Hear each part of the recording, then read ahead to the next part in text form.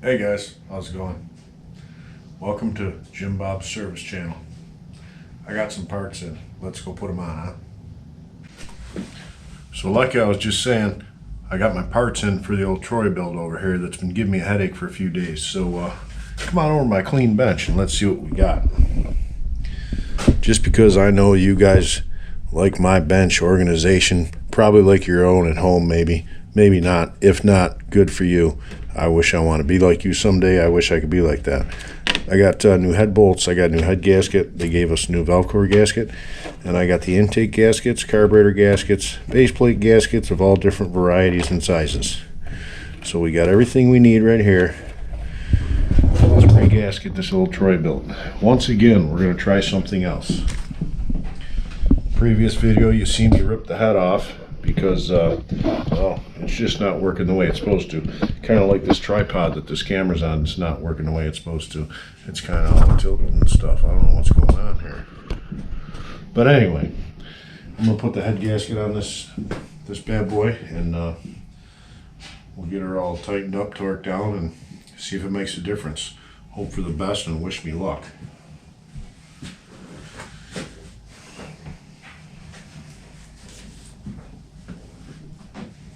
I did go ahead yesterday, and once I tore it all apart, I did clean it up real nice. Got it all nice and clean. Sprayed her down with some cleaner.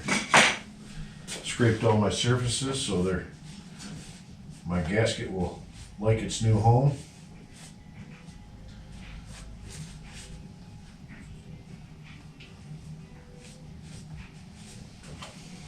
Want it clean, it's gotta be clean.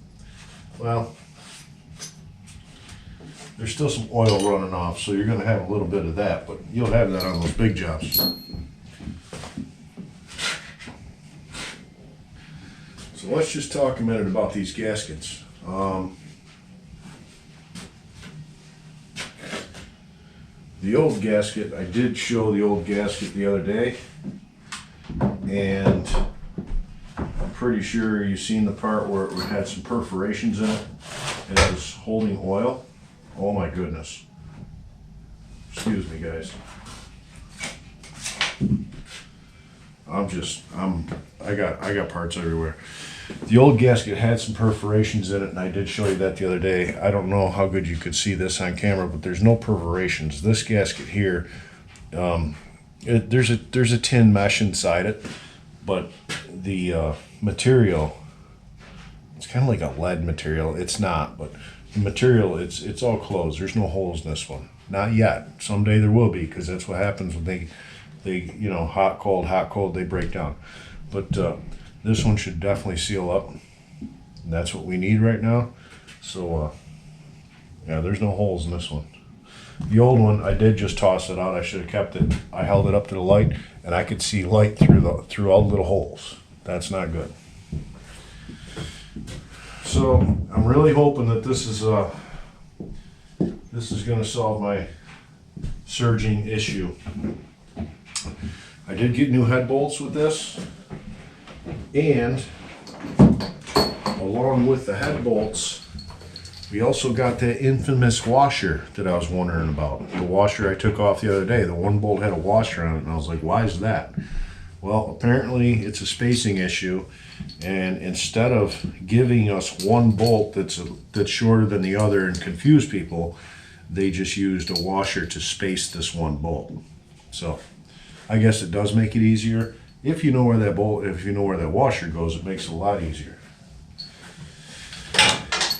And they give you new head bolts because head bolts with the heat and compression, whatever else, they are known to stretch. Like on a car, a lot of your newer engines, anytime you replace the head gasket, you have to replace the head bolts because these will stretch after a while. As hard as it is to believe, they will stretch. And also then, if you're retorquing an old bolt, a used bolt, it's not as accurate as it would be as a brand new one, believe it or not. So enough about that. Like I said, I got all my surfaces cleaned up, ready for the gasket. So So I should be able to just stick it on.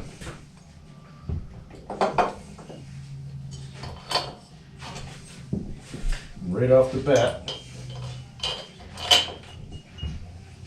I'm going to put that one bolt in the wrong spot. I'm going to run these down a little bit with this.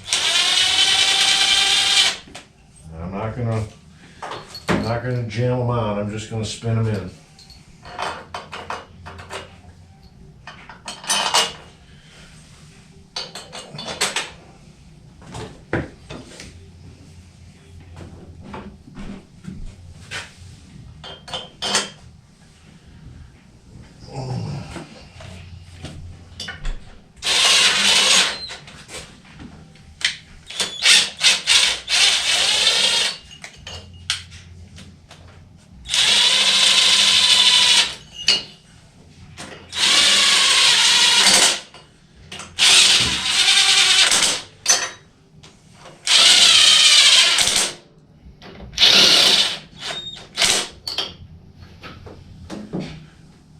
I like that they gave me 7 bolts. It takes 6, but they gave me 7.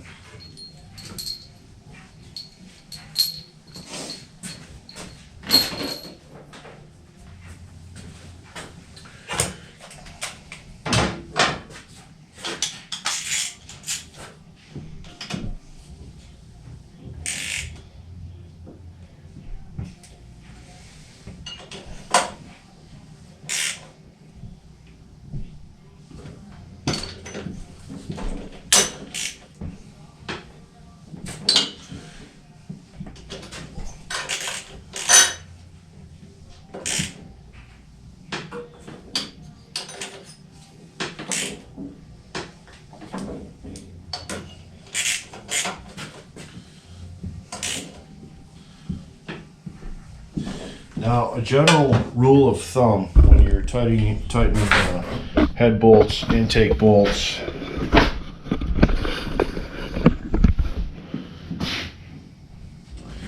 you always want to try and tighten in a star pattern. Like I got 6 bolts here, so I started at the top, tighten this one,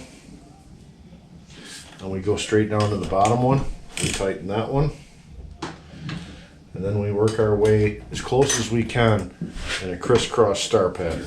All right, that helps you from warping stuff or uneven tightening. Never really good, especially on a car. It's very, very important on a vehicle, an auto.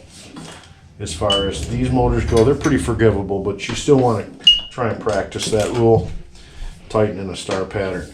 So now I got them all pretty tight where I want them. And I know what you're saying. You're talking to your camera right now and you're saying that's not a torque wrench. I understand this is just a regular ratchet.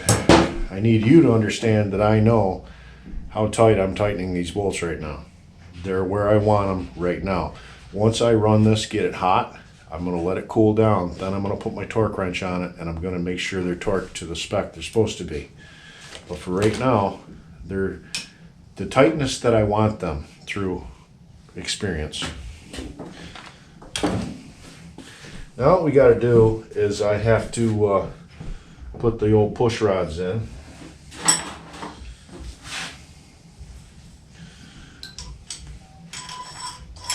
Once I do that, I have to remove my rocker arms.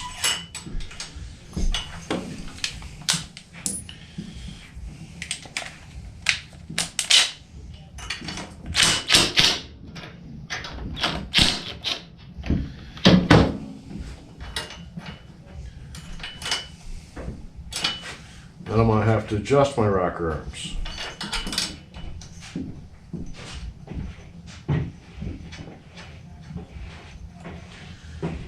These do have set screws in the middle of these nuts. In a perfect world,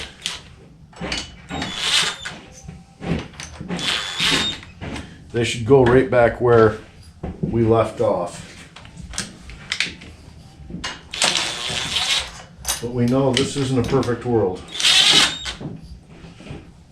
I'm just gonna snug them down so they don't fall apart. I'm gonna go ahead and pull my spark plug out.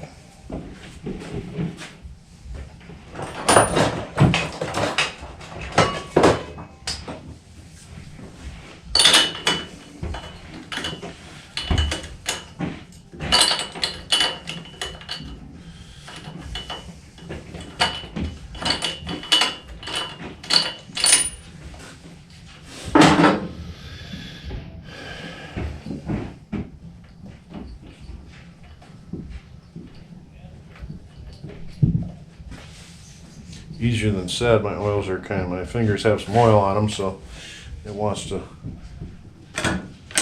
stress me out by slipping.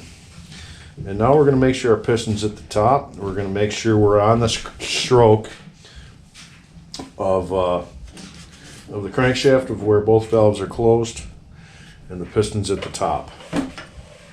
I know we put it there before. When I took it apart, I put the piston at the top, but we don't know where we are on our camshafts. We don't know if we're about to open one, about to close one, or if we're on the compression stroke. Also, by doing this, I'm going to know that my push rods are seated in the lifters where they need to be, and I'm not tightening them down when they're not properly seated. There's the exhaust just open. Now the intake's going to open. Now it's going to close, and now the exhaust is. This is this right here. If you watch, let's do this one more time. Hopefully you can see it. I can't tell if you can see it, so we're going to move you over here.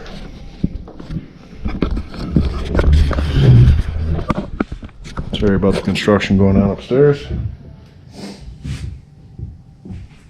So you should be able to at least see this one now because the light's shining on it. But as I turn it, you're going to see the exhaust valve is now opening.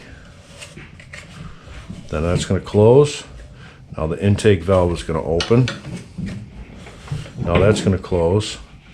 And now they're both kind of in the closed position right now. So that means I'm on compression stroke. And that means I want to put my screwdriver, and I just touch my piston. And you can see the piston down, up, right in dead center there is where we want it, okay? That's where your piston's all the way to the top. You know both your camshaft lobes are not trying to open anything right now, so now we can go ahead and adjust these. We can give them a beginning adjustment until also, like I said, once the engine's warm, I'll go through and I'll readjust them, all right? So we could probably leave you right here. Let me move you a little bit.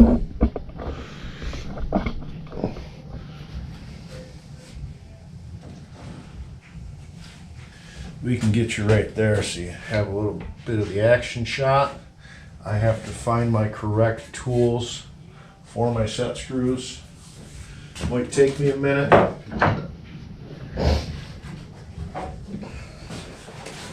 Because that is one of my smaller bits that's in my kit here. I do like to put these back when I'm done using them every time, because if I don't, I will lose them. And I really don't know if I have this small one, now that I actually think about it. This isn't the set I was using. Let me see if I can find the right one. I was using a wrench packet set. That's kind of hard. Maybe I can find. No, I don't think I have the right torch that I wanted to use there. Yeah, let's put some light on there. There we go. I'll just go back to the old Allen wrench that I was using. I mean, if I can find them, because you know, I'm so organized. All right, so in the center of these nuts here, like I said before, are set screws.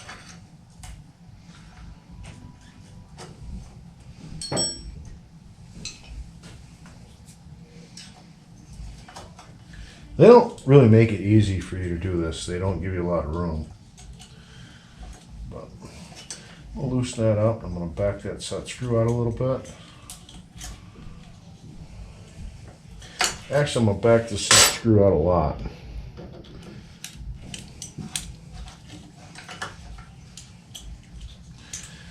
And then we can set our nut to wherever we want, and then we'll run the set screw back down in. I don't know if you can see it, but there's a set screw inside there. We're going to tighten this up a little bit. And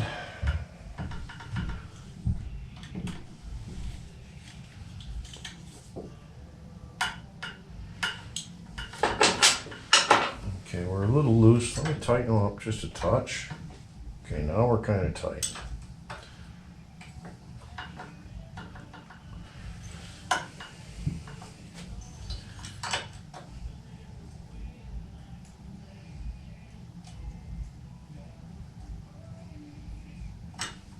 I want to make it snug against the valve stem, but I don't want to make it tight enough to where I'm pushing that valve down, because that means the valve is open and it won't run very good like that. I'm going to leave these a little loose. I'm not going to tighten them right down a lot just yet.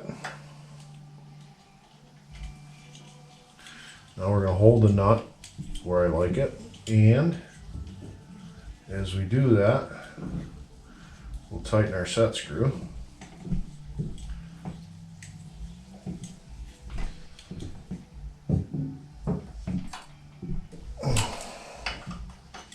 Yeah, she's kind of loose, but this is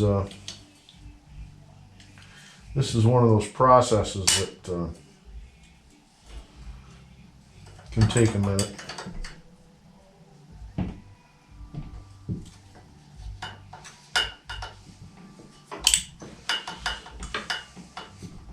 That doesn't seem terrible. Might be a little on the tight side, but we'll do the same one to this, same thing to this side.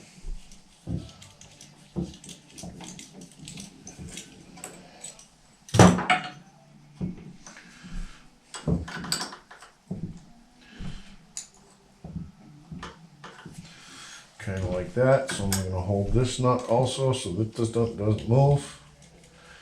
I'm going to get my set screw so I can feel it tightening down. Once I feel it start to snug down, I'm going to back my wrench off a little bit and give this a touch of a turn, and then turn it some more. That way what I'm doing is I'm making sure that the set screw inside this nut is, you know, locking to the stud, because there's nothing worse than just loosening up and falling off. Now we're just going to spin her over. Compression stroke. There's exhaust is opening. Exhaust closes. Intake's opening. Intake closes.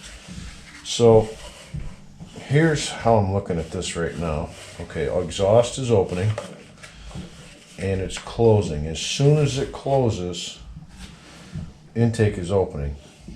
But what we can see right here that I don't really like is this valve is not fully closed by the time this one's starting to open. So I think I might want to back that off a little bit. Just a touch.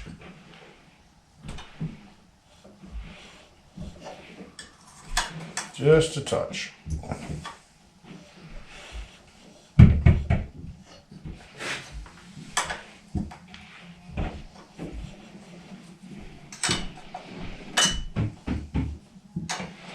They do want to work together, but they don't want to work together too tight.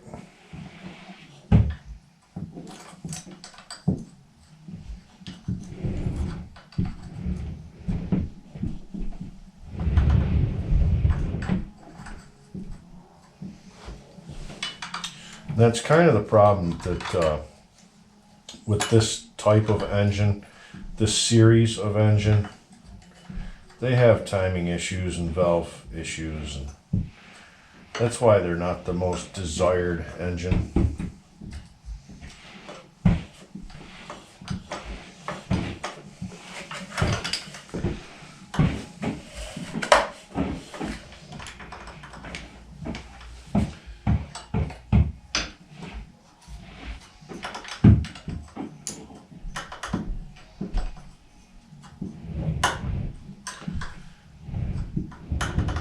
always want to back them off.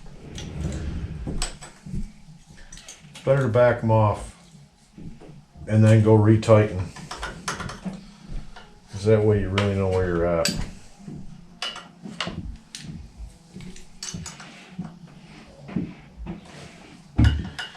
And this is probably something I'm going to do 5 more times, so it's not a big deal.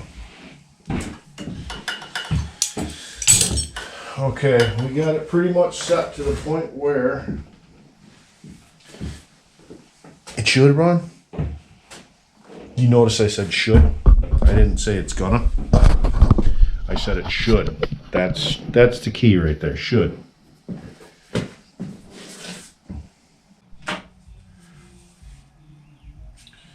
Alright guys, so I got to the part where I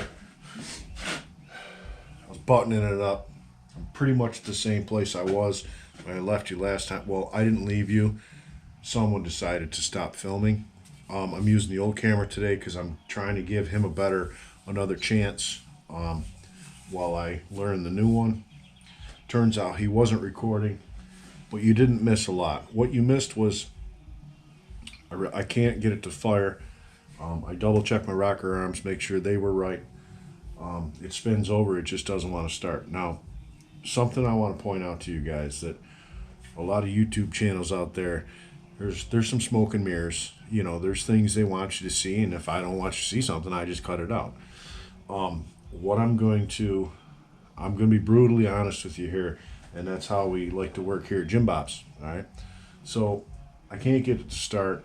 If I shoot a little brake clean in the carburetor, it'll fire up. Therefore, I'm like ready to rip the carburetor off and throw it out on the road because I've been having some carburetor issues. Now, I could have just took care of this and just pretended like it never happened. But I want to show you what kind of a guy I am. All right. The reason it won't start, and you're on a charger, so work with me here.